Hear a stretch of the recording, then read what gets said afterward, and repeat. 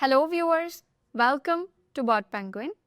In today's video, we will discuss how can you use conversation history to train your AI chatbot. So on the left hand side, you'll find different options. You have to select the bot which you want to train. For the demo purpose, I am selecting this website bot. Then you have to navigate to the Train Your AI Chatbot section. Here, you'll find different subsections. You can use any of these options to train your AI chatbot. For now, we will be discussing about the conversation history. So you can select the start date and the end date from here, and all the conversation between these dates will be shown here. You can see the user's question and the bot's reply, and you can also see the date of the conversation.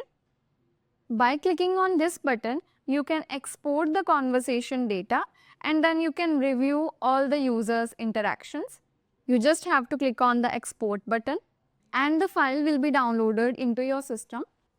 After downloading the file, you can analyze the conversation data.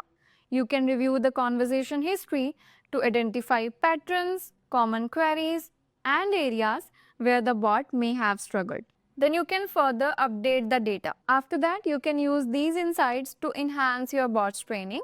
You can adjust responses to make them clearer and better aligned with users' expectations.